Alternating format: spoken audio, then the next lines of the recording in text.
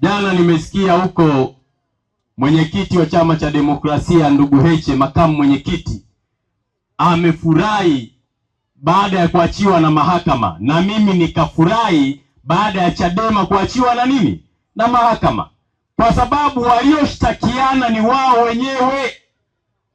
Wao wenyewe wamepelekana mahakamani, wanagombaniana mali. Sasa majirani wakigombana au mke na mume wakigombana, chukua jembe kafanya nini? Lakini serikali ya Chama cha Mapinduzi imeziacha mahakama ziwe huru, na mahakama zimetenda nini? Haki. Kwa hiyo Heche lazima apongeze serikali kwa kuwa na mihimili ambayo inatoa haki ndani ya taifa hili.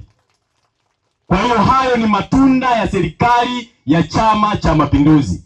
Na kwa nini labda chama sisi tumefurahi? Tunawatamani tuingie sasa ulingoni. Maana mwaka jana walitia mpira kwa pani wakakimbia. Sasa wamefanya nini? Wamerejeshwa, waje tukutane tuongee. Sisi CCM tunawasubiri kwa hamu kubwa.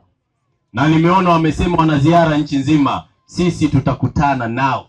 Na raha yetu CCM, sisi tuna watu.